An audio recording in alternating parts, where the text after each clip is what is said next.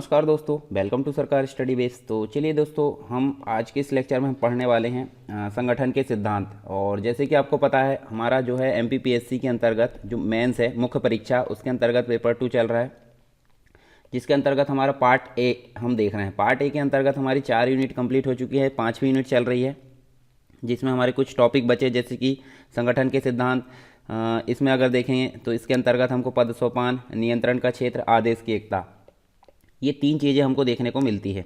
तो ये तीनों चीज़ों के बारे में हम यहाँ पे विस्तार से पढ़ने वाले हैं। और आपको जो है सारी चीज़ें जो लेक्चर पहले से बन चुके हैं वो आपको प्लेलिस्ट में मिल जाएंगे इस यूट्यूब चैनल पर। मतलब अभी आप वर्तमान में जो चैनल पर देख रहे हो, तो उसमें आपको प्लेलिस्ट में ये सारी चीज़ें मिल जाएगी। तो यहाँ जाकर आप जो है पेपर 1 भी देख सकते हैं, पेपर 1 का ए, पेपर 1 का बी, ये दोनों चीज़ें यहाँ कंप्लीट हो चुकी हैं। यानी कि बहुत बड़े जो सब्जेक्ट होते हैं, जैसे कि हिस्ट्री है, ज्योग्राफी है, साथ में हम देखें तो इंडियन पॉलिटी के साथ में आपको बहुत सारी चीज़ें और देखने को मिलती है। मतलब जो नए सिलेबस उसके अनुसार भारतीय राजनीतिक विचारक, और साथ में हम देख सकते हैं पब्लिक एडमिनिस्ट्रेशन। तो ये भी आपको यहाँ पे कंप्लीट मिलेगा।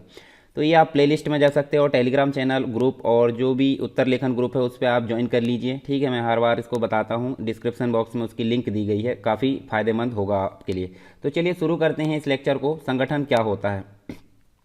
तो संगठन, जैसे कि पिक्चर आप देख सकते हैं, बहुत सारे लोग आपस में एक प्रकार से मिलजुल कर किसी निश्चित उद्देश्य की प्राप्ति के लिए साथ में काम करते हैं। तो हम सिंपल बोल सकते हैं, जैसे विभिन्न इकाई होती हैं। ठीक है, तो विभिन्न इकाइयों का समूह, यानी कि 2 या 2 से अधिक इकाइयों का समूह जब किसी निश्चित उद्देश्य के लिए साथ में मिलकर काम करते हैं, तो उसे क्या बोला जाता है? उसे एक प्रकार से संगठन बोला जाता है।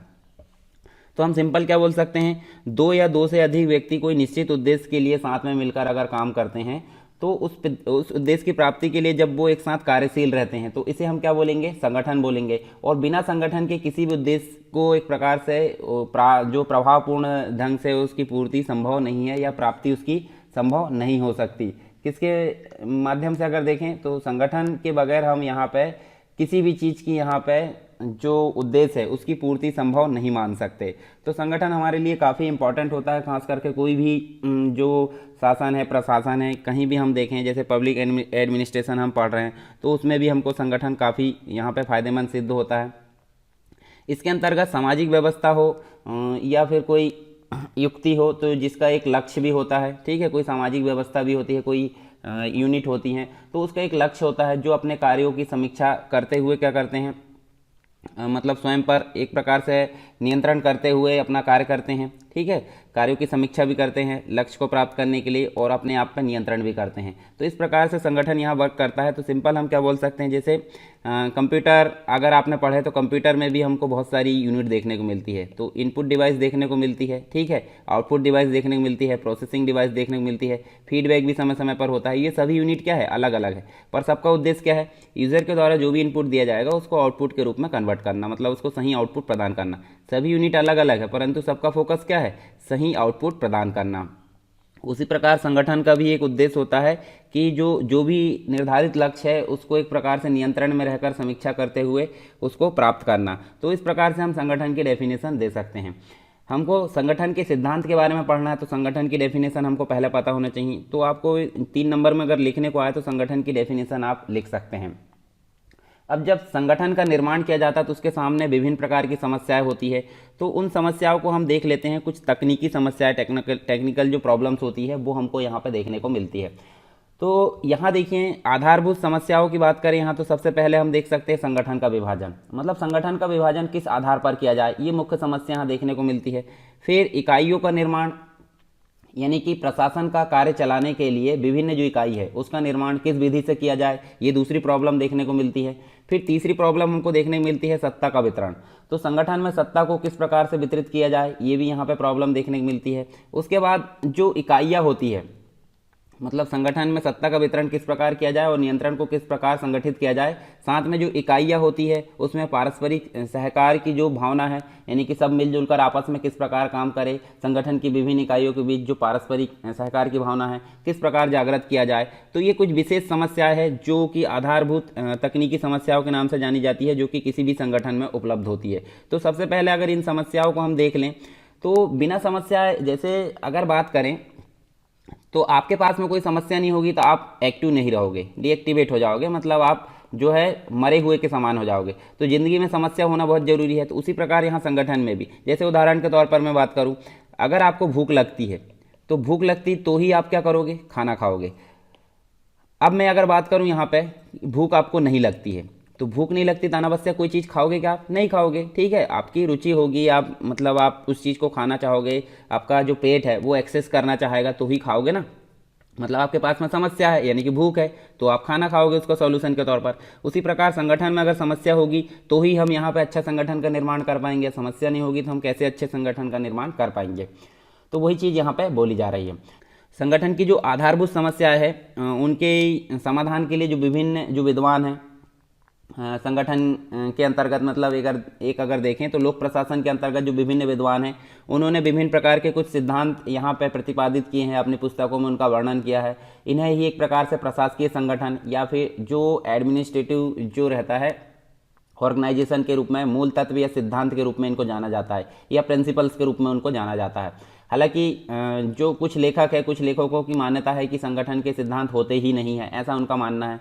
परंतु कुछ लोगों की बात करें, कुछ विद्वान की, जैसे गुलिक और उर्विक, साथ में अगर देखें कुछ और अन्य है, तो इनका मानना है, मतलब जो आलोचना करते हैं कि संगठन होते नहीं है, उनके अनुसार संगठन में कुछ सिद्धांत केवल कहावतें होती है। मतलब जो अन्य विद्वानों के द्वारा जो सिद्धांत दिए गए हैं, जो आलोचना करते हैं उनके द्वारा बोला गया है कि ये सिद्धांत केवल कहावतें हैं, कहावतें या मुहावरे जो भी होती है। जैसा कि जो हार्वर्ड साइमन है, साइमन नाम के एक विद्वान हैं, उनका भी एक मत है। उन्होंने अधिकतम प्रशासकीय सिद्धांतों में दुर्भाग्यवश कहावतें का यह दोष पाया जाता है। कहावत मतलब कहावत एक रूप में पाई जाती है, ऐसा उनके द्वारा बोला गया है। और प्रत्येक सिद्धांत के लिए हमें उतना ही सत्य प्रतीत होने वाला तथा स्वीकार विरोधी जो सिद्धांत मिल सकता है। सिद्धांत में यह संकेत नहीं मिलता कि कौन सा नियम यानी कि कौन सा प्रिंसिपल प्रयुक्त किया जाना उपयुक्त है, ये भी यहाँ देखने को मिलता है। सिद्धांत तो बनाकर रख दिए गए हैं, ये आपको देखने को मिलेगा, आगे हम देखेंगे। तो उन सिद्धांतों को कहाँ किस प्रकार यूज़ किया जाना, ये हम देखने को नहीं मिलता। तो ये साइमन के द्वारा कहा गया है। लोक प्रशासन के जो सिद्धांत है उसमें भौतिक जो विज्ञान है उसके नियम की गणितीय निश्चितता तथा जो अपरिवर्तनशीलता नहीं पाई जाती। तो इसी के साथ में हम देख सकते हैं जो कुछ विद्वान है, जैसे कि गुलिक, उर्विक, साथ में इसी के देखें, गुलिक जो है, लूथर गुलिक इनको बोला जाता है, उर्विक, हेनरी फ्योल, टेलर, बिलोबी, ये सभी जो विद्वान हैं इनके साथ में इनने जो है विभिन्न प्रकार के जो लेखक है कुछ सिद्धांतों का प्रतिपादन किया है। और अपने प्रयोगों के आधार पर फ्रेडरिक टेलर ने संगठन में कार्यकुशलता तथा मितव्ययिता में सुधार के उद्देश्य में जो है सुधार के उद्देश्य से जो वैज्ञानिक प्रबंध का सिद्धांत है वो निर्मित किया है। लूथर गुलिक जो है, लूथर गुलिक इन्होंने अपने एक प्रकार से अपना तथा जो अन्य लोग हैं उनके अनुभव तथा अध्ययनों को एकत्रित करके प्रशासन तथा संगठन के सामान्य सिद्धांतों के निर्माण में अपना योगदान दिया है। और दोनों ही जो विद्वान हैं, गुलिक और उर्विक जो विद्वान हैं, संगठनात्मक जो कुशलता है उसके स्तर को बढ़ाने वाले जो कुछ सिद्धांत है तटस्थ रहते हैं, जो उनके समर्थक के रूप में ये जाने जाते हैं। जैसे एक लेख भी हम देख सकते हैं, ग्रंथ हम एक प्रकार से इसको बोले तो, papers on science of administration 1937 में ये प्रकाशित किया गया था। ये ग्रंथ है, इसका संपादन किया जो कि प्रशासन, मतलब ये जो गुलिक और उर्विक इन्होंने इस ग्रंथ का संपादन किया, जो प्रशासन विज्ञान में एक प्रकार से बहुत जो है योगदान, मतलब उसका अमूल्य योगदान यहाँ पे देखने को मिलता है। इसमें प्रशासन के सिद्धांतों का सार दिया गया है और दावा किया गया है कि कार्यकुशलता से जो है लोक प्रशासन का एक विज्ञान बन सकता है, ये जो ग्रंथ है। और यहाँ अगर देखें तो आज तक जो संगठन है, संगठन के कोई सर्वमान्य सिद्धांत नहीं बन पाए हैं। और यह भी निश्चित है कि हम देखें तो संगठन के सिद्धांत भौतिक विज्ञान के नियम नहीं है, और ये एक प्रकार से अनुभव से यहाँ पे निर्मित होते हैं, अनुभव से उत्पन्न सिद्धांत माने जाते हैं। फिर भी सिद्धांत अवश्य है। इन सिद्धांतों को संगठन के मूल तत्व कहा जाता है, या फिर हम बोलें तो संगठन के आंतरिक संचालन की समस्याएं भी कहा जाता है। इन्हें प्रबंध की समस्याएं, या फिर हम बोल सकते हैं प्रशासकीय संगठन की जो तकनीकी समस्याएं भी इनको कहा जाता है। हेनरी फ्योल ने कहा है कि ऐसे सत्य है, मतलब जो सिद्धांत है वो ऐसे सत्य है जो सिद्ध मान लिए गए हैं और जिन पर विश्वास किया जा सकता है। और कुछ अन्य विद्वानों ने भी इस प्रकार से यहाँ पर व्याख्या की है। तो हम देख लेते हैं जो संगठन है संगठन के सिद्धांत के अंतर्गत अलग अलग जो विद्वान हैं उन्होंने अलग अलग यहाँ पे संख्या बताई है। तो संगठन सिद्धांत प्रबंधकों के मार्ग के लिए निर्देशन का कार्य करते हैं। तो सबसे पहले अगर देखें तो हेनरी फ्योल महोदय ने यहाँ पे जो सिद्धांत है, मतलब संगठन के जो सिद्धांत है उसको 14 सिद्धांतों में यहाँ वर्णित किया है। तो हम इन सारे को नहीं देखेंगे यहाँ पे। जैसे उदाहरण के रूप में हम देखें तो श्रम विभाजन का सिद्धांत, अधिकार तथा उत्तरदायित्व का सिद्धांत, अनुशासन का सिद्धांत, आदेश की एकता का सिद्धांत। तो आदेश की एकता, जो चीज़ें हमारे सिलेबस में दी गई उनको तो हम विस्तार से पढ़ेंगे, तो यहाँ आप सिर्फ नाम ध्यान में रख सकते हैं इनसे संबंधित। इसके अलावा व्यक्तिगत हित से संबंधित स्केलर श्रृंखला यानी पद सोपान की जो श्रृंखला उससे संबंधित देखें तो यहाँ पे ये देखने को मिलता है। केंद्रीकरण, तो ये सारी चीज़ किसके द्वारा दी गई है? हेनरी फ्योल के द्वारा। दो पर्सन है मुने और रैली के द्वारा 4 सिद्धांतों की व्याख्या की गई है, जैसे समन्वय से संबंधित सिद्धांत, पद सोपान, कार्यात्मक सिद्धांत, स्टाफ एवं सूत्र सिद्धांत यहाँ देखने को मिलता है। उर्विक के द्वारा बोला गया है। उर्विक ने यहाँ पे 8 प्रकार के सिद्धांतों की व्याख्या की है। तो 8 प्रकार के जो सिद्धांत है वो हमको यहाँ देखने को मिलते हैं उर्विक के द्वारा। लूथर गुलिक ने 10 प्रकार के सिद्धांतों की यहाँ पे व्याख्या की है। लूथर गुलिक के द्वारा कितने प्रकार की व्याख्या की गई है? 10 प्रकार की। और लूथर गुलिक ने जो है जो फ्योल के सिद्धांतों को परिवर्तित ढंग से पोस्टकोप कहा है। पोस्टकोप आपको पता होगा, ये चीज़ हमने पढ़ चुके हैं, ठीक है। पोस्टकोप का मतलब क्या होता है? प्लानिंग, ऑर्गेनाइजेशन, स्टाफिंग यानी कि जो कर्मचारी को नियंत्रण है, फिर डायरेक्शन, कोऑर्डिनेशन, रिपोर्ट, बजट, ये सभी को मिला के यहाँ पोस्टकोप सिद्धांत बनता है। तो जो जो लूथर गुलिक ने फ्योल के सिद्धांतों को पोस्टकोप शब्द का रूप दिया है, एक प्रकार से हम देखें तो ये देखने को हमको मिलता है। अब देखिए अलग अलग विद्वानों ने अलग अलग प्रकार के यहाँ सिद्धांत दिए हैं। तो हम इन सभी को व्याख्या करने के पश्चात हमको एक प्रकार से निष्कर्ष देखें तो निष्कर्ष हमारे सामने क्या निकलता है? निष्कर्ष के रूप में हमको कुछ सिद्धांत देखने को मिलते हैं जो हमारे सिलेबस में भी देखने को मिलेंगे, जैसे कि पद सोपान का सिद्धांत, स्केलर पद्धति का सिद्धांत भी इसको बोला जाता है, आदेश की एकता का सिद्धांत, नियंत्रण की सीमा का सिद्धांत, इसके अलावा समन्वय का सिद्धांत, केंद्रीकरण और विकेंद्रीकरण का सिद्धांत, एकीकृत और स्वतंत्र सिद्धांत। तो देखिए यहाँ पे हमारे पास में सिर्फ 3 हैं। 3 को हमको सिलेबस में देखें तो सिलेबस में हमको तीनों देखने को मिलते हैं और तीनों के बारे में हमको पढ़ना है। बाकी की चीज़ें आपको सिर्फ नाम याद रख लीजिए, इनको हमको विस्तार से बिल्कुल भी नहीं पढ़ना है। तो ये जो है हमारे सिलेबस में नहीं, क्योंकि सिलेबस से बाहर की चीज़ें हमको बिल्कुल नहीं पढ़ना है। सिलेबस ही वैसे ही आप देखें तो बहुत ही ज़्यादा डिटेल में आपको सिलेबस देखने को मिलेगा। अगर हम अलग से चीज़ें पढ़ने बैठ गए तो हमारा सिलेबस कभी ख़त्म नहीं होने वाला है। तो चलिए हम यहाँ पे सबसे पहले बात करेंगे पद सोपान का सिद्धांत। पद सोपान का मतलब होता है एक हायरार्की का मतलब समझ लीजिए आप। जैसे यहाँ मैं उदाहरण दूँ तो हायरार्की मतलब क्या होता है? हायरार्की मतलब शीर्ष टॉप लेवल पर एक अधिकारी है, उसके भी नीचे बी और सी है, ठीक है, उसके नीचे डी और ई है, उसके बाद नीचे देखें तो एफ और जी है। तो इस प्रकार से देखिए कि यहाँ पे जो एक टॉप लेवल पर एक अधिकारी बैठा है उसके नियंत्रण में यहाँ देखें, मतलब एक प्रकार से यहाँ देखिए जो सत्ता का जो है बंटवारा होता है, सत्ता का बंटवारा यानी कि पदों का बंटवारा यहाँ पे देखने को मिलता है। मतलब टॉप लेवल पर एक डायरेक्टर हो गया, डायरेक्टर के बाद मैनेजर हो गया, ठीक है, मैनेजर के नीचे अलग अलग संस्था में अलग अलग पद ये देखने को मिलेंगे आपको। जैसे पुलिस विभाग की अगर बात करें तो यहाँ पे आपको डीजीपी देखने को मिलेगा, डायरेक्टर जनरल ऑफ पुलिस देखने को मिलेगा, फिर देखने को मिलेगा आईजी देखने को मिलेगा, आईजी के बाद आपको देखने को मिलेगा डीआईजी देखने को मिलेगा, फिर डिस्ट्रिक्ट लेवल पर आपको एसपी देखने को मिलेगा। तो इस प्रकार से सत्ता का जो होता है बंटवारा यानी कि पदों का एक प्रकार से यहाँ पे बंटवारा हो जाता है। हायरार्की सिस्टम इसको बोला जाता है या फिर प्रिंसिपल ऑफ हायरार्की या स्केलर सिस्टम इसको बोला जाता है, स्केलर पद्धति का सिद्धांत, ठीक है। तो इसी के बारे में हम यहाँ पे जानने वाले हैं। तो देखिए यहाँ पे हम जो प्रशासन का जो ढांचा होता है किस प्रकार का होता है, यह एक प्रश्न भी होता है और इस ढांचे का निर्माण पद सोपान प्रणाली के आधार पर होता है। और यह संगठन में जो कार्यरत कर्मचारी होते हैं उनके मध्य कार्य और सत्ता का विभाजन होता है, जैसे कि हमने ये बात करे हैं।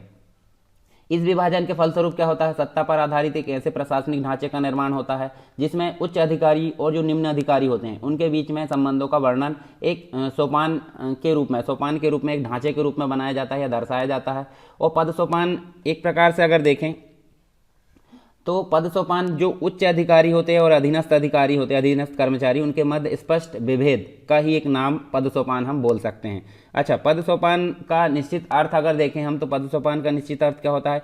श्रेणीबद्ध प्रशासन। जैसे हमने ये बात करे हैं, ये वाला श्रेणीबद्ध प्रशासन को ही हम क्या बोलेंगे? पद सोपान बोलेंगे। और इंग्लिश में इसको क्या बोला जाता है? अंग्रेजी में हायरार्की बोला जाता है। हायरार्की, तो हायरार्की किसको बोला जाता है? मतलब ऊपर, फिर उसके नीचे। देखिए हायरार्की आप मान लीजिए एक यानी कि एक वृक्ष है, वृक्ष नीचे इसकी जड़ें होती है और जड़ों के बाद उसकी शाखाएं होती है, शाखाओं के बाद अन्य कुछ शाखाएं होती है।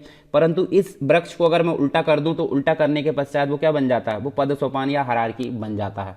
इसका मतलब क्या होता है हायरार्की का, निम्न जो स्तर है, निम्न स्तर वाले जो व्यक्ति है, मतलब नीचे वाले जो व्यक्ति है, उस पर जो ऊपर वाले व्यक्ति उसका नियंत्रण होता है, उसका शासन होता है, तो उसको हम क्या बोलेंगे, पद सोपान बोलेंगे। और इस अर्थ में प्रत्येक जो उच्च अधिकारी होता है, मतलब जो टॉप लेवल का अधिकारी होता है, वो अपने तत्कालिक अधीनस्थ अधिकारी को क्या करता है, आदेश देता है या आज्ञा देता है, और अधीनस्थ अधिकारी उन आज्ञाओं का पालन करता है। अर्थात हम बोलें तो पद सोपान एक ऐसे संगठन का परिचायक होता है या उसको निर्देशित करता है जो पदों के एक उत्तरोत्तर क्रम के अनुसार सोपान अथवा सीढ़ी की भांति, हम यहाँ पे देख सकते हैं, सीढ़ी की भांति संगठित किया जाता है। और पद सोपान के अंतर्गत क्रमिक जो संगठन है, जिसमें निम्न स्तरीय जो व्यक्ति होता है, नीचे लेवल का जो व्यक्ति होता है, उच्च स्तरीय व्यक्ति अथवा जो पदाधिकारी होता है, उसके प्रति क्या होता है, उत्तरदायी होता है। उत्तरदायित्व हमने पढ़े हैं पिछले लेक्चर में, तो उत्तरदायी होता है। और यही क्रम जो होता है ऊपर से नीचे और नीचे से ऊपर की ओर ऐसे चलते रहता है। एक विद्वान है जिनका नाम है एल डी वाइट।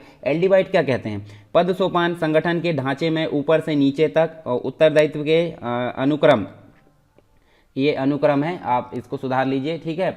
ऊपर से नीचे जो अनुक्रम है पद सोपान के ढांचे के, मतलब एक प्रकार से देखें, जो एल डी वाइट है उनके द्वारा उत्तरदायित्व के अनुक्रम सोपानों द्वारा उच्च एवं जो अधीनस्थ संबंध है उनका एक सार्वभौमिक प्रयोग ही यहाँ पे पद सोपान बोला गया है, ठीक है। तो ये हम देख सकते हैं, ये अनुक्रम नहीं है, अनेक लिख लीजिए, ठीक है, यहाँ सेंटेंस कुछ, ठीक है, इसको आप सुधार लीजिए, ये अनेक है। तो यहाँ हम देखिए फिर से पढ़ लेते हैं इसको। पद सोपान संगठन के ढांचे में ऊपर से लेकर नीचे तक उत्तरदायित्व के अनेक सोपान, अनेक सोपान मतलब अनेक जो पद आते हैं, जैसे कि ऊपर वाला फिर नीचे, नीचे फिर, तो अनेक सोपानों द्वारा उच्च एवं अधीनस्थ संबंधों का सार्वभौमिक प्रयोग को हम क्या बोलेंगे, पद सोपान। किसके माध्यम से, एल डी वाइट के माध्यम से, ये विद्वान है, इनके द्वारा ये चीज बोली गई है। और पद सोपान का विशिष्ट लक्षण यह भी है कि इसमें संगठन अनेक क्रम, जो क्रमिक स्तरों से युक्त होता है। इसमें प्रत्येक जो अधीन व्यक्ति है अपने से एकदम ऊपर के अधिकारी से आदेश एवं निर्देश प्राप्त करता है। जैसे मान लो डी वाला जो व्यक्ति है, डी वाला किससे आदेश प्राप्त करेगा, बी से, और जो एफ वाला है वो सी से आदेश प्राप्त करेगा। अब यहाँ मैं बात करूँ किसकी, बी की और सी की, तो ये किससे आदेश प्राप्त करेंगे, वो ए से प्राप्त करेंगे। मतलब जस्ट ऊपर वाला जो अधिकारी होता है इनसे उच्च लेवल का, वो उससे आदेश और निर्देश प्राप्त करेंगे और उसी से उनको अधिकार प्राप्त होंगे। तो यहाँ हमने जो है इसके बारे में देखा, पद सोपान के बारे में। तो पद सोपान के अंतर्गत हमने सारी चीज़ें देखी। एक जो है चित्र आपके सामने देखने को मिलेगा पद सोपान प्रणाली की व्याख्या के अंतर्गत। देखिए एक हायरार्की दिख रही है आपको, तो हायरार्की में देखिए पहला चित्र आपको दिख रहा है, का से लेकर छ तक दिया है और यहाँ पे का से लेकर ज तक दिया है, झ तक, ठीक है। तो ये पिरामिड आकार का है, पिरामिड आपने सुना होगा, ठीक है। पिरामिड मिस्र के पिरामिड के नाम से देखिए काफ़ी प्रचलित है, जो काफ़ी इंपॉर्टेंट होते हैं। तो पद सोपान की तुलना एक पिरामिड से की जा सकती है। इसमें शिखर पर एक प्रधान बैठा रहता है, यानी टॉप लेवल पर एक प्रधान व्यक्ति रहता है, प्रधान प्रशासनिक अधिकारी होता है, तथा सत्ता क्रमिक रूप से नीचे की ओर बढ़ती है। तो नीचे की ओर देखिए यहाँ पे बढ़ती हुई नजर आ रही है। पद सोपान संगठन की संरचना तथा कार्य प्रणाली को एक प्रकार से हम जो है इस चित्र में समझ सकते हैं। जैसे पहली चीज अगर मैं बात करूँ, ये वाला जो पहला चित्र है, पहले चित्र में क्या हो रहा है, पहले चित्र में हमको सबसे प्रधान अधिकारी क्या देखने को मिल रहा है, का। उसके जस्ट नीचे हमको क्या देखने को मिल रहा है, खा, दोनों है ना, खा वन और खा टू। और उसके जस्ट नीचे हमको गा, ये देखिए, फिर घा यहाँ पे देखने को मिलेगा, फिर चा और उसके बाद छा। तो ये चीज़ हमको देखने को मिलती है। तो इस चित्र में हमको क्या प्रकट हुआ है कि जैसे जैसे हम जो है नीचे, मतलब आधार, जो आधार रेखा है उसकी ओर बढ़ते जाते हैं, यानी नीचे की ओर बढ़ते जाते हैं, तो वैसे वैसे प्रशासनिक कर्मचारियों की संख्या में वृद्धि होती जाती है। यानी कि सबसे शीर्ष लेवल पर एक मिलेगा और जस्ट नीचे चले जाएंगे हम, तो धीरे धीरे उसमें वृद्धि होती चली जाती है। अधिकतम संख्या आधार रेखा पर पाई जाती है, मतलब सबसे निचले लेवल पर अगर बात करें तो सबसे अधिकतम संख्या हमको नीचे देखने को मिलती है। और इस प्रणाली में प्रत्येक कर्मचारी का तत्कालीन उच्च अधिकारी निश्चित रहता है। मतलब जैसे छा की मैं बात करूँ तो इसका तत्कालीन उच्च अधिकारी चा देखने को मिलेगा, उसके ऊपर अगर देखें तो इसका उच्च अधिकारी घा देखने को मिलेगा। तो ये चीज़ यहाँ पर बोली जा रही है।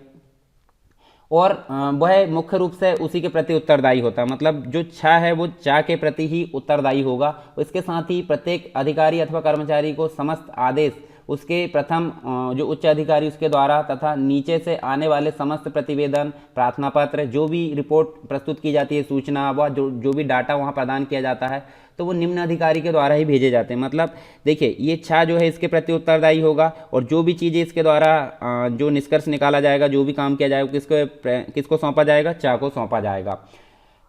और यहाँ पे उदाहरण के रूप में हम देखें तो देखिए हमने ये चीज़ देखे हैं, जैसे एक और चीज़ हम देखें जैसे गा है, तो गा किसी काम के लिए सीधे किससे, का के पास नहीं जा सकता। मतलब एक स्टेप छोड़ दिया उन्होंने, यानी खा, जबकि इसको अधिकार किससे मिले थे, खा से, परंतु गा का के पास जा रहा है, तो ये तो गलत है। तो सही रूप क्या होना चाहिए, वो खा के पास जाना चाहिए, तो खा से उसको बात करनी चाहिए। तो ये चीज़ हमको यहाँ पे देखने को मिलती है पहले जो चित्र है उसमें। अब दूसरे चित्र की बात करते हैं, तो दूसरे चित्र में हमको क्या देखने को मिलता है, दूसरे चित्र में हमको देखिए यहाँ पे टॉप लेवल पर फिर से हमको एक अधिकारी देखने को मिलता है का, और उसमें एक प्रकार से सारी सत्ता जो होती है पूर्ण रूप से केंद्रित होती है, किंतु वह अपने कार्य यानी कि अपने कार्य का भार या अपने जो कार्य है उसको करवाने के लिए जो अधीनस्थ व्यक्ति है, जैसे नीचे हम देखें तो खा है, गा है, घा है, अंगा है, उसके बाद चा है, छा है, जा है और झा है, ये सभी जो उसके अधीनस्थ कर्मचारी और अधिकारी होते हैं, इनको क्या करता है, विभिन्न प्रकार की शक्ति जो पावर्स होती है और विभिन्न प्रकार का जो कार्य होते हैं, वर्क होते हैं, उनका बंटवारा करता है। जैसे खा के स्तर पर हम देखें तो 2 अधिकारी हमको देखने को मिलते हैं, फिर चार देखने को मिलते हैं। इस प्रकार धीरे धीरे बढ़ते जाता है, तो नीचे जाकर हमको अधिकारियों की संख्या यहाँ पे बढ़ जाती है। मतलब 9वें लेवल पर हम देखें तो यहाँ पे 9 व्यक्तियों में ये जो है पावर और जो वर्क है वो बढ़ जाता है। इससे सब स्तरों पर जो होता है, यानी कि नीचे की ओर जाते हुए अधिकारी और कर्मचारियों की संख्या बढ़ते जाती है, जो कि हमने पहले ही देख चुके हैं। झा के स्तर पर यह सबसे अधिक होती है, नीचे अगर देखें तो सबसे अधिक संख्या यहाँ पे कर्मचारी को देखने को मिलेंगे। इससे सब स्तरों पर सबके अधिकार और कर्तव्य बटे होने से क्या होता है, व्यक्तियों के नियंत्रण में रहने तथा कार्य सुचारू रूप से होने की यहाँ पे पूरी मतलब जो संभावना देखने को मिलती है। चलिए एक और चीज़ हम देख लेते हैं यहाँ पे पिरामिड की जब बात की जा रही है तो पुलिस जो है पुलिस व्यवस्था की बात करते हैं।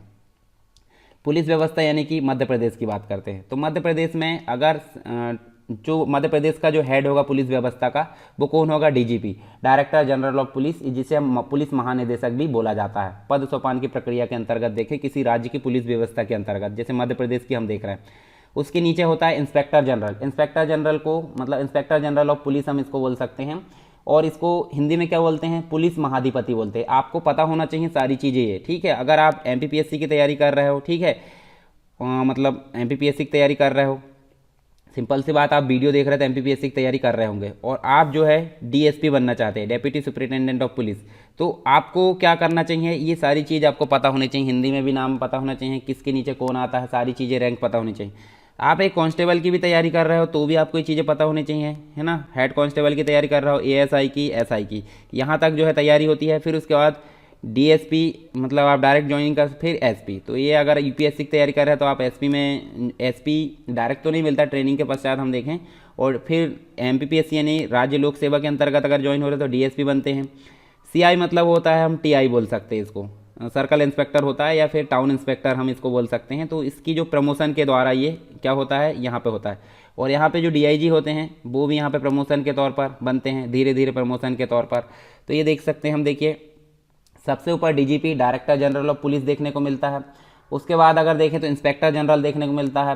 फिर जो पुलिस महाधिपति जिसे हम बोलते हैं इंस्पेक्टर जनरल। फिर डीआईजी मतलब होता है डेप्यूटी इंस्पेक्टर जनरल, मतलब पुलिस जो इंस्पेक्टर जनरल है उसके नीचे होता है डीआईजी, जो कि पुलिस उप महाधिपति के नाम से जाना जाता है। फिर होता है एसपी मतलब होता है सुपरिटेंडेंट ऑफ पुलिस, जो जिले का राजा होता है पुलिस का, वो कहलाता है एसपी, और जिला पुलिस अधीक्षक जिसे बोला जाता है। फिर नीचे देखें तो डीएसपी यानी कि होता है डेप्यूटी सुपरिटेंडेंट ऑफ पुलिस, या एएसपी उसको बोला जाता है, असिस्टेंट सुपरिटेंडेंट ऑफ पुलिस। इस एक प्रकार से देखें तो ये जो होता है डीएसपी होता है, जिसे उप या सहायक पुलिस अधीक्षक बोलते हैं। फिर सर्कल इंस्पेक्टर यानी मंडल निरीक्षक, या फिर टाउन इंस्पेक्टर यानी कि टीआई जिसे बोलते हैं। और यहाँ देखिए इंस्पेक्टर भी इसको बोला जाता है, किसको, जो सीआई है, तो इसको एक प्रकार से हम बोलें तो मंडल निरीक्षक बोला जाता है। फिर नीचे होता है एसआई मतलब सब इंस्पेक्टर जो होता है, जिसे सहायक निरीक्षक बोला जाता है। इसके बाद होता है एएसआई होता है, असिस्टेंट जो होता है एसआई का, असिस्टेंट सब इंस्पेक्टर होता है, ठीक है।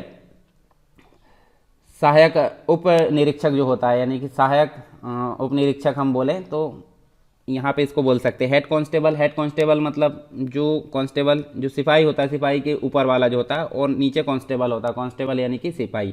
तो ये एक प्रकार से ये जो है पदोत्पान प्रक्रिया देख सकते हैं किसी राज्य की पुलिस व्यवस्था, यानी कि मध्य प्रदेश की हमने देखे हैं, मध्य प्रदेश के अंतर्गत ये देखने को मिला। तो देखिए पुलिस प्रशासन में पदोत्पान ऊपर से नीचे की तरह नीचे तक इस तरह होता है कि जैसे हमने देखे हैं, देखिए सबसे ऊपर पुलिस जो महानिदेशक देखने को मिलता है, उसके नीचे चले जाए तो हमको सिपाही तक देखने को ये चीज़ें देखने को मिलती है। फिर किसी विभाग की अगर बात करें तो एक लिपिक होता है। लिपिक को हम क्या बोल सकते हैं? लिपिक को हम एक क्लर्क बोल सकते हैं, ठीक है।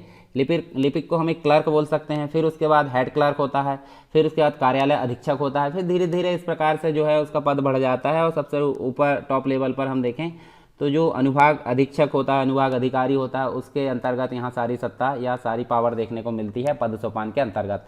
तो ये चीज़ें हमने यहाँ पे बेसिक तौर पर देखें पदोत्पान के तहत। अब देखते हैं पदोत्पान या हायरार्की की जो फीचर्स है, हायरार्की की विशेषता या पदोत्पान सिद्धांत की विशेषता देखें तो इसके अंतर्गत विभिन्न प्रकार की विशेषता देखने को मिलती है। जैसे पहली पिरामिड आकार का देखने को मिलता है। पिरामिड आकार का जैसे कि हमने देखे हैं, तो इसके शीर्ष पर जो है एक विभाग का अध्यक्ष होता है, या शीर्ष पर एक पदाधिकारी होता है। वह सब प्रकार की सर्वोच्च सत्ता यहाँ देखने को मिलती है उसके अंतर्गत। तो एक विशेषता ये देखने को मिली यहाँ पे। फिर उसके बाद देखें तो इकाइयों और उप इकाइयों में ये विभाजन देखने को मिलता है, यानी पूरा प्रशासनिक क्रियाकलाप इस प्रकार का जो है विभाजन देखने को मिलता है। इकाई, उप इकाई मतलब जो सब यूनिट्स में देखने को मिलता है। इसके अनुसार जो बनाए गए संगठन है उसमें हमको सत्ता, आदेश और नियंत्रण ये क्रमशः एक एक स्तर में गुजरते हुए ऊपर से नीचे की ओर देखने को मिलती है। जब हम सीढ़ी पर चढ़ते या उतरते हैं उस समय हमें इसके प्रत्येक जो डंडे हैं या फिर पद पर पग रखना पड़ता है। हम सामान्य रूप से इसके किसी भी डंडे को लांघकर सीधे नहीं भाग सकते।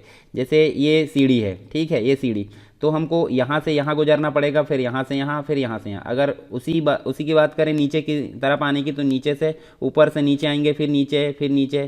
तो प्रत्येक सीढ़ी में हमको कदम रखना पड़ता है। तो इसी प्रकार से यहाँ बात की जा रही है सत्ता, आदेश और नियंत्रण जो है प्रत्येक जो है सीढ़ी को हमको पार करना पड़ता है। फिर आदेश की एकता की बात की जा रही है, तो इसमें आदेश की एकता के नियम का पालन होता है। मतलब क्या होता है, जो निचले लेवल का व्यक्ति है वो जस्ट अपने उच्च लेवल का जो अधिकारी उसके ही आदेश का पालन करेगा। उसको इसके ऊपर के जितने भी अधिकारी, मतलब ये वाला भी है, ये किसी की आदेश का पालन वो करने के लिए बाध्य नहीं है। वो सिर्फ अपने से ऊपर वाले अधिकारी की जो आदेश है उसके मानने के लिए बाध्य होता है। इसी को बोला जाता है आदेश की एकता का सिद्धांत। और इसमें संपूर्ण आदेश शिखर यानी कि उच्च अधिकारी द्वारा दिए जाते हैं। फिर जो संगठन है, यानी कि ऐसे संगठन की विभिन्न इकाइयाँ जो होती है एक दूसरे से संबद्ध होती है, जुड़ी हुई होती है, एकीकृत होती है, इंटीग्रेटेड होती है, और ये एक दूसरे के साथ जंजीर की कड़ी यानी कि एक प्रकार से जैसे कड़ी रहती है ना, जैसे हम चेन बोल सकते हैं, चेन के समान ये बंधी रहती है।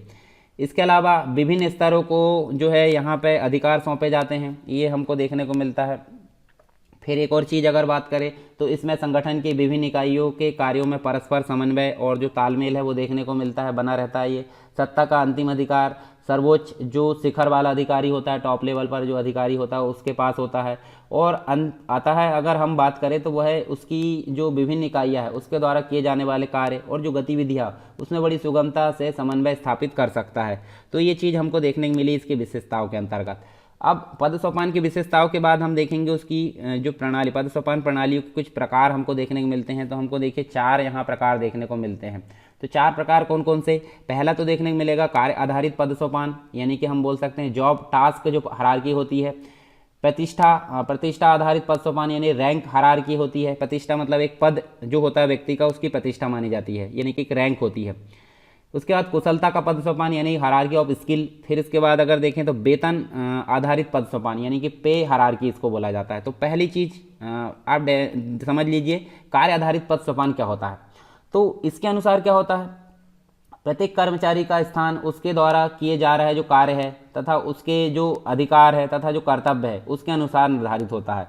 नाम से स्पष्ट कार्य आधारित पदसोपान यानी कि कर्मचारियों का जो स्थान होता है उसके कार्य या उसके अधिकार या उसके कर्तव्य के आधार पर निर्धारित होता है। जिनके पास अधिकार होते हैं उनकी स्थिति संगठन में ऊंची होती है, यानी कि उच्च लेवल पर होते हैं। जिनके पास कम अधिकार होते हैं वे संगठन में निम्न लेवल पर होते हैं। तो ये एक प्रकार का कार्य आधारित पदसोपान कहलाता है।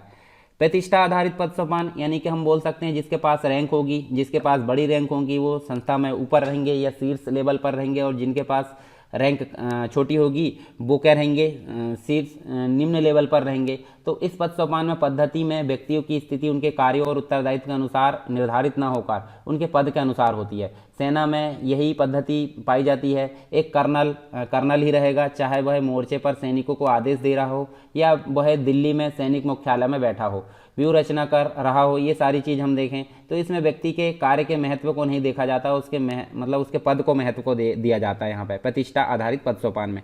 फिर कुशलता आधारित पद सोपान की अगर बात करें तो हायरार्की ऑफ स्किल्स को बोला जाता है। इसमें योग्यता एवं दक्षता पर बल दिया जाता है, मतलब उसकी क्वालिटी या जो भी उसकी एफिशिएंसी या फिर जो भी उसकी दक्षता योग्यता उस पर बल दिया जाता है। औद्योगिक संगठन के शीर्ष पर उत्पादन जो अभियंता होता है, जो इंजीनियर होता है तथा उसकी सहायता के लिए अनेक जो कार्यभाग विशेषज्ञ होते हैं। कुशलता का पद सोपान कार्य की संपन्नता के लिए अति आवश्यक होता है और किसी व्यक्ति को किसी पद पर इसलिए नियुक्त किया जाता है क्योंकि वह मतलब उसमें एक समय में प्राप्त करने की जो है अपूर्व क्षमता पाई जाती है। नेक्स्ट जो होता है वेतन आधारित पद सोपान, हम बोल सकते हैं पे हायरार्की इसको बोला जाता है। इसमें वेतन के आधार पर पद सोपान का निर्माण किया जाता है और सर्वोच्च वेतन पाने वाला जो सर्वोच्च शिखर पर होता है और निम्न वेतन पाने वाला नीचे के शिखर पर होता है। वेतन के अनुसार ही प्रशिक्षण का स्वरूप एवं अनुभव की मात्रा यहाँ निश्चित की जाती है। तो ये 4 प्रकार की प्रणाली हमने देखे पद सोपान के अंतर्गत: कार्य आधारित पद सोपान, प्रतिष्ठा आधारित पद सोपान, कुशलताओं का पद सोपान और वेतन आधारित पद सोपान। अब पद सोपान प्रणाली के कुछ गुण हम देख लेते हैं, ठीक है, उसके मेरिट्स मतलब एट्रीब्यूट या मेरिट्स हम देख लेते हैं। तो देखिए यहाँ पे हम देखें पद सोपान प्रणाली संगठन का एक प्रकार से सर्वव्यापी महत्वपूर्ण जो सिद्धांत है वो माना जाता है। इसका प्रयोग सभी प्रकार के संगठनों में किया जाता है। एक विद्वान है डॉक्टर MP शर्मा, इनके अनुसार अगर देखें तो एक धागा है, क्या जो पद सोपान एक धागा है जिसके द्वारा विभिन्न हिस्से एक साथ मिले होते हैं। जैसे हमने पूरा पिरामिड का आकार देखे थे संगठन में, तो एक धागा के रूप में इसका वर्णन किया गया है डॉक्टर MP शर्मा के द्वारा। साइमन स्मिथबर्ग और थॉमसन के अनुसार पद सोपान सुविधाजनक है, उद्देश्यों को कार्य विभाजन द्वारा प्राप्त करवाता है तथा मतभेदों को दूर करके संगठन में सामंजस्य स्थापित करता है। इसी के साथ में हम देखें तो यहाँ पे पद सोपान प्रणाली का जो है हमको कुछ यहाँ पे गुण देखने को मिलते हैं, तो वही हम देख लेते हैं कि करके। जैसे सबसे पहले आदेश की एकता सिद्धांत का पालन यहाँ पे किया जाता है, जैसे हमने बात करे थे, यानी कि अपने से उच्च लेवल के अधिकारी का ही आदेश ये मानता है। आदेश की एकता यहाँ बनी रहती है। इस सिद्धांत का सर्वाधिक महत्वपूर्ण गुण है ये आदेश की एकता का सिद्धांत। इसमें आदेश की एकता यानी कि यूनिटी ऑफ कमांड हम बोल सकते हैं, इसके सिद्धांत को अपनाया जाता है और प्रत्येक व्यक्ति को इस बात की जानकारी रहती है कि उसको उसका तत्कालीन उच्च अधिकारी कौन है और उसी का आज्ञा का उसको पालन करना है। नेतृत्व का निर्धारण देखने को मिलता है, तो संगठन को पद सोपान द्वारा भिन्न भिन्न स्तरों में विभाजित करके यह निश्चित कर दिया जाता है कि कौन किसका नेतृत्व करेगा तथा निर्णय किसके मतलब निर्णय के लिए कौन उत्तरदायी होगा। ये चीज़ यहाँ देखने को मिलती है। समग्रीकरण तो हम यहाँ देखिए पद सोपान से संगठन की इकाइयाँ परस्पर एकीकृत होती है और सुसंबद्ध रूप से जुड़ी रहती है। साथ में देखें तो उचित मार्ग द्वारा जो कार्य है वो अपनाया जाता है यहाँ पे, तो इसके द्वारा शासन और कार्यालयीन जो पद्धति है उसके महत्वपूर्ण सिद्धांत उचित मार्ग द्वारा यहाँ पे देखें तो थ्रो प्रॉपर चैनल है उसका विकास किया जाता है। इस पद्धति में प्रत्येक जो मामला होता है हर स्तर से गुजरता हुआ ऊपर तक पहुँचता है, मतलब यहाँ से अगर निकला है तो धीरे से हर स्थिति से गुजरते हुए टॉप लेवल के अधिकारी तक यहाँ पहुँचता है। और इसका बड़ा लाभ यह भी है कि इससे जो होता है उच्च अधिकारियों के बहुमूल्य समय की बड़ी बचत होती है, क्योंकि कार्य और सत्ता सभी के मध्य यहाँ वितरित होती है। फिर नेक्स्ट गुण हमको देखने को मिलता है उत्तरदायित्व का प्रत्यायोजन होता है। इस प्रक्रिया द्वारा उच्च अधिकारी अपने अधीनस्थ कर्मचारियों को अपनी कुछ शक्तियाँ हस्तांतरित तथा प्रत्यायोजन यानी डेलीगेशन ऑफ अथॉरिटी बोलते हैं इसको, ठीक है, तो हस्तांतरित या प्रत्यायोजित कर देते हैं अपनी शक्तियों को। इसे सत्ता का प्रत्यायोजन कहते हैं। इससे सत्ता का विकेंद्रीकरण हो जाता है और निचले स्तर पर आवश्यक कार्य किए जाने से सर्वोच्च अधिकारी का कार्यभार बहुत हल्का हो जाता है। फिर हम देखें प्रशासन में सूचना का माध्यम जो होता है कार्य होता है यहाँ पे, तो इसके अंतर्गत यहाँ पे हमको प्रशासन के संगठन की विभिन्न जो सोपान हैं सूचना माध्यम के रूप में कार्य करती है। इसके द्वारा ऊपर से नीचे तथा नीचे से ऊपर की ओर संचार का मार्ग प्रशस्त किया जाता है। इसके द्वारा प्रत्येक कर्मचारी को यह मालूम हो जाता है कि उसको अपने कार्यों में किस प्रकार से आगे बढ़ना है। तो यहाँ पे हम देखें तो प्रशासन में सूचना का माध्यम जो होता है कार्य होता है, तो इससे काफ़ी आसानी होती है। फिर समन्वय यानी कि कोऑर्डिनेशन, ठीक है। तो यह सिद्धांत पूरा जो संपूर्ण जो विभाग होता है, संपूर्ण डिपार्टमेंट होता है, उसकी कार्यवाहियों में समन्वय स्थापित करने में सफल होता है। सत्ता के अंतिम सूत्र शिखर के अधिकारी के पास रहते हैं, इसलिए वह विभाग की विभिन्न शाखाओं की गतिविधियों में तालमेल या कोऑर्डिनेशन बैठा सकता है। तो ये चीज़ें हमको देखने को मिली पद सोपान प्रणाली के गुण के रूप में।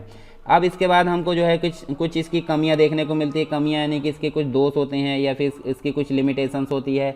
तो ये हम डीमेरिट्स देखें। देखिए हमने पहले देखे हैं इसके गुण, ठीक है, और ये होते हैं अवगुण। गुण और अवगुण, जैसे कोई क्वेश्चन आता है तो आपको दोनों चीज़ यहाँ पे दिखाना है, मतलब दोनों पक्ष सोचना है, क्योंकि आप जो है एक अधिकारी बनने की तैयारी कर रहे हो तो आपको दोनों ही पक्ष यहाँ पे सोचकर चलना है।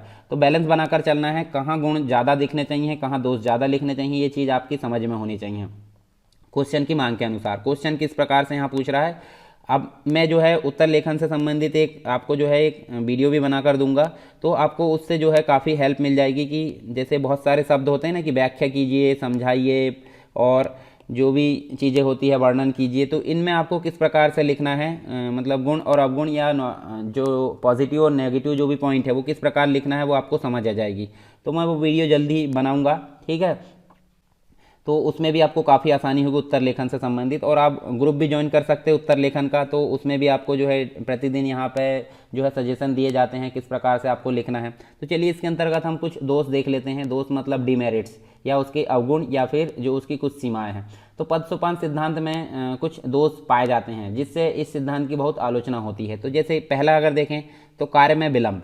कार्य में विलंब मतलब लेट लतीफ़ी हम बोल सकते हैं। तो इस पद्धति का सबसे बड़ा दोष माना जाता है ये कि जो कार्य है उसका कार्य में विलंब होता है। और इसमें प्रत्येक जो पत्रावली है उसको हर स्तर पर, जैसे ये आपको देखने को मिलेगा, तो यहाँ से अगर पत्र है तो यहाँ देखिए हर स्तर पर यहाँ देखने को मिलेगा आपको।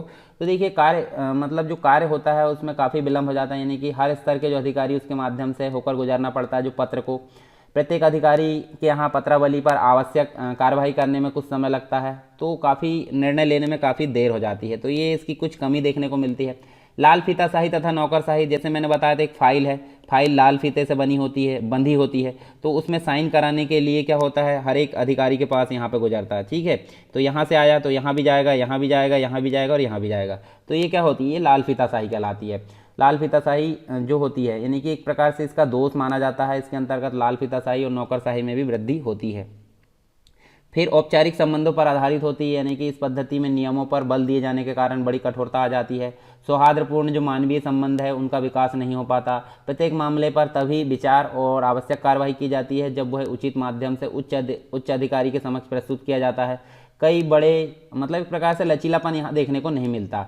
तो बहुत सारे कानूनी कार्रवाई होने के कारण जो है जो सौहार्दपूर्ण संबंध है वो नहीं बन पाते हैं। उदाहरण के रूप में हम देखें तो 1945 में जो पर्ल हार्बर जो दुर्घटना हुई थी, भीषण दुर्घटना, ठीक है, इस विषय में कहा जाता है कि अमेरिकी बेड़ा जो भी जहाज़ था उसके सर्वोच्च सेनापति को जापानी सेना की गतिविधियों की सूचना तो जापानी आक्रमण से पहले ही मिल गई थी, किंतु वह सूचना उचित माध्यम से न होने के कारण यहाँ पे आवश्यक कार्रवाई समय पर नहीं हुई। तो ये भी एक प्रकार से हमको औपचारिक संबंधों पर आधारित देखने को मिलता है। फिर जैसे कि मैंने बात करा था लचीलेपन का अभाव देखने को मिलता है। तो इसमें प्रशासनिक संगठन में लचीलेपन नहीं रह पाता, जिसके कारण संगठन के लोग जो होते हैं उसमें आपस में एक प्रकार से संबंधों का भली भांति विकास नहीं हो पाता। तो इसके कुछ दोष हमने देखे हैं, यानी कि इसकी कुछ कमियां देखे हैं। फिर पद सोपान के दोष को दूर करने के लिए कुछ सुझाव हमको देखने को मिलते हैं।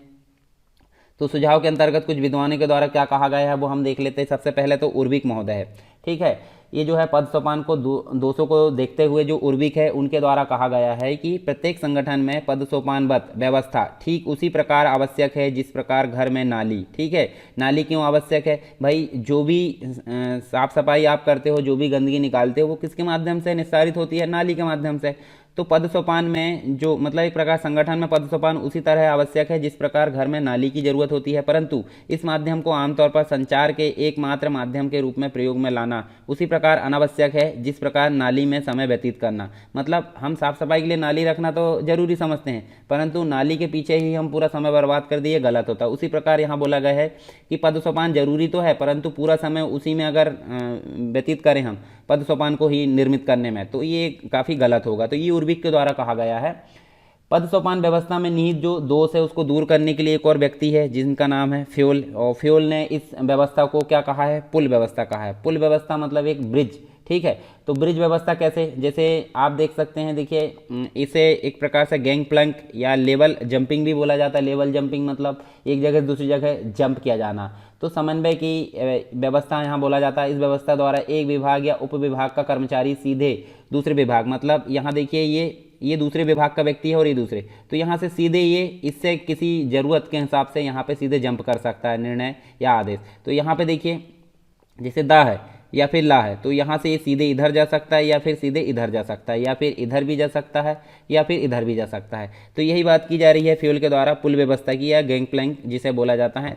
तो अगर डेफिनेशन आपको पूछा जाता है तो गैंग प्लैंक या पुल व्यवस्था क्या है, मतलब ज़रूरत पड़ने पर क्या होता है, एक विभाग का अधिकारी किसी निश्चित उद्देश्य की प्राप्ति के लिए कोई कम्युनिकेशन करना है तो वो दूसरे विभाग के अधिकारी संपर्क अगर बना लेता है तो इसी को बोला जाता है गैंग प्लैंक या पुल व्यवस्था बोला जाता है। इसमें क्या होता है, यह पुल जो है दो प्रकार से होता है, मतलब आड़ा होता है, आड़ा, और एक तिरछा भी होता है। मतलब यहाँ तिरछा भी हम संपर्क कर सकते हैं और एक आड़ा भी, तिरछा मतलब आड़ा या हॉरिजॉन्टल या वर्टिकल, ठीक है। हॉरिजॉन्टल मतलब लेफ्ट से राइट होता है और वर्टिकल मतलब सीधे यानी कि ऊपर से नीचे होता है। फ्यूल की व्यवस्था में क्या हुआ कि जो दा नाम का अधिकारी है, दा नाम का अधिकारी पा से संपर्क भी बना सकता है, पा नामक अधिकारी सीधे संपर्क स्थापित कर सकता है, या फिर जो या है, ठीक है, या नामक अधिकारी सीधे किससे संपर्क कर सकता है, सीधे दा से संपर्क कर सकता है या फिर ला से संपर्क कर सकता है, ठीक है। किंतु फ्यूल की पुल व्यवस्था किन्हीं विशेष परिस्थितियों में ही लागू होती है, क्योंकि इसको हम हर दशा में लागू नहीं कर सकते, क्योंकि कभी भी अगर बात करें तो ये हर समय अगर उठकर सीधे ऊपर वाले अधिकारी पास जाएगा तो ये जिसने इसको आदेश दिया है उसका तो एक प्रकार से क्या होगा, अपमान होगा या फिर उसकी बेइज्जती होगी। तो ऐसा हम बोल सकते हैं। इसे उदाहरण के रूप में हम कुछ इस प्रकार देखें तो जैसे एक ज़िले का कलेक्टर है, एक ज़िले का जो कलेक्टर है, कलेक्टर मतलब जो जिला न्यायाधीश हम जिसे बोलते हैं, तो एक ज़िले का कलेक्टर कभी कभी सीधे रेवेन्यू इंस्पेक्टर से संपर्क स्थापित कर सकता है। वह कभी भी किन्हीं परिस्थितियों में ज़िले में स्थित स्कूल के उप जिला अधिकारी जो होता है उससे भी संपर्क स्थापित कर सकता है।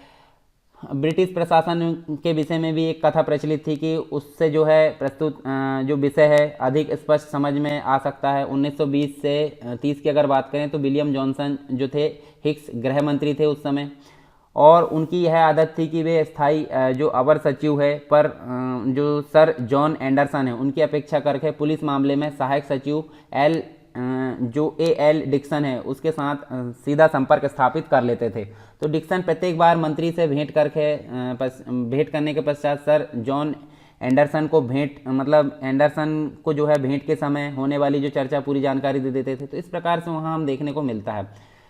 कुछ जो विद्वान हैं उन्होंने पद सोपान संगठनों के दोषों को दूर करने के लिए पंखे के आकार के संगठन को अपनाने पर बल दिया है, और इस पद्धति में सत्ता जो है सोपान पद्धति की भांति ऊपर से निचले स्तर पर आगे बढ़ते हुए विभिन्न विषय में दक्षता रखने वाले जो अनेक छोटे भागों में विभक्त होती चली जाती है। और पंखेनुमा संगठन का स्वरूप हम देख सकें तो यहाँ पे हमको ये देखने को मिलता है। देखिए पंखेनुमा स्वरूप में हमको देखिए कभी भी जैसे मान लीजिए यहाँ पे देखिए गा नाम का जो व्यक्ति है वो नीचे अगर देखें तो देखिए यहाँ किसी भी प्रकार से यहाँ संपर्क स्थापित कर सकता है अपने निचले लेवल के जो सहायक अधिकारी उनके माध्यम, मतलब इसमें विभाग अध्यक्ष जब कोई कार्यक्रम प्रसारित करता है तो इसे कार्यक्रम के रूप में देखते हुए अनेक जो छोटे हिस्से हैं उसमें बांटकर उन्हें विशेष व्यक्ति को क्रियान्वित करने के लिए विशेष रूप से कुछ सिद्धांत में बांट दिया जाता है। और इस प्रकार संगठन जो होता है विशाल बांध अथवा जो अणु ऊर्जा के समान, अणु परमाणु ऊर्जा हमने देखे ना, परमाणु विखंडन, ठीक है, तो अणु ऊर्जा के संयंत्र लगाने जैसे अत्यधिक तकनीकी कार्यक्रम को पूरा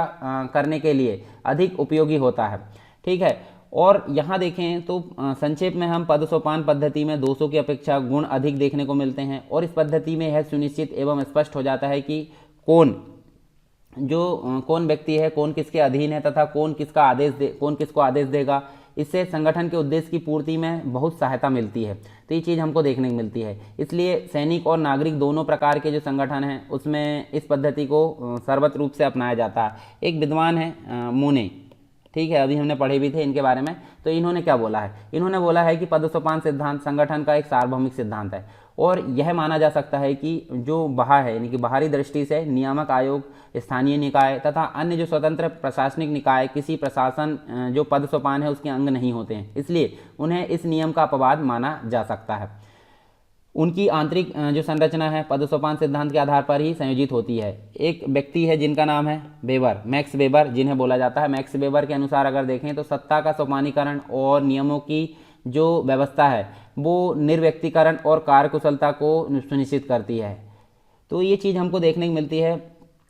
तो जो एक आलोचक है, आलोचक के द्वारा भी बोला गया है, एक उनके द्वारा एक कथन है, आलोचक जो उसकी कमियां बताते हैं, बिना किसी महत्वपूर्ण कारण के पदसोपान पद को छोड़ देना एक भूल है, परंतु यह और भी बड़ी भूल होगी कि इसका अनुगमन तब किया जाए जब ऐसा करना उपक्रम को हानि पहुंचाए। तो यहाँ परिस्थितियों के अनुसार पद सोपान अपनाया जाना और पद सोपान को हटाया जाना, ये दोनों चीज़ यहाँ देखने को मिलती है। मतलब उसको अपनाने में पूरा समय व्यतीत न करना या गलत समय उसका यूज़ न करना, और उसको यूज़ नहीं मतलब यूज़ करना और नहीं करना, ये दोनों चीज़ हमको यहाँ पे देखने को मिलती है। तो ये पद सोपान से संबंधित हमने चीज़ें देखें। अब हमारी दूसरी चीज़ देखने को मिलती है आदेश की एकता का जो सिद्धांत है वो हमको देखने को मिलता है, परंतु हम इसको जो है नेक्स्ट लेक्चर में पढ़ेंगे, क्योंकि ये लेक्चर हमारा ऑलरेडी काफ़ी बड़ा हो चुका है। तो हम एक बार जो है इसको जो है रिव्यू मार लेते हैं, मतलब हमने क्या क्या चीज़ें यहाँ पढ़ ली है, और नेक्स्ट लेक्चर है उसमें हम बाकी की चीज़ें यहाँ पे देख लेंगे। जो दो चीज़ें बची, यानी कि आदेश की एकता और नियंत्रण का जो क्षेत्र है उसका सिद्धांत हम यहाँ पे देख लेंगे।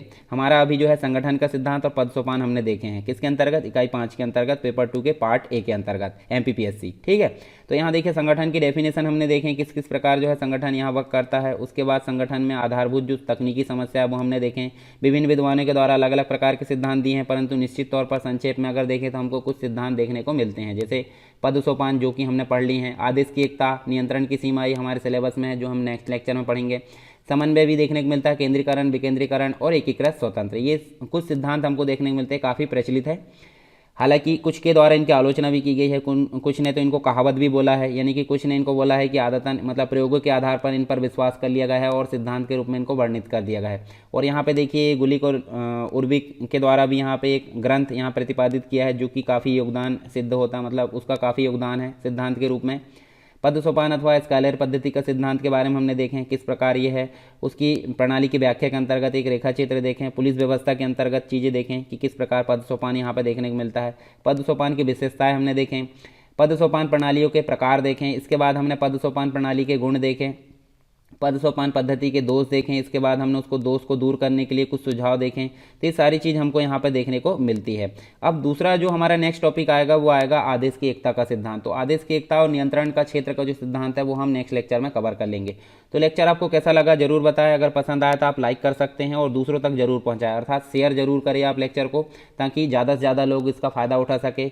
और ज़्यादा से ज़्यादा लोग जो है फ़ायदा उठाएंगे, ज़्यादा से ज़्यादा लोग देखेंगे तो मुझे और मोटिवेशन मिलेगा, तो आपको जो है और अच्छा कंटेंट यहाँ पे मिलने की संभावना है। ठीक है, तो यहाँ देखिए टेलीग्राम चैनल आप ज्वाइन कर सकते हैं विभिन्न प्रकार का जो स्टडी मटेरियल उससे संबंधित। उसके बाद आप डिस्कशन जो ग्रुप है इसी के अंतर्गत आपको मिल जाएगा, तो उससे भी आप जो है यहाँ पे कुछ क्वेश्चन पूछना है, कुछ सुझाव देना, तो आप वहाँ पूछ सकते हैं जो भी आपको पूछना है। उसके बाद उत्तर लेखन का जो ग्रुप है उसमें आप डेली की डेली उत्तर लेखन की प्रैक्टिस कर सकते हो हमारे साथ।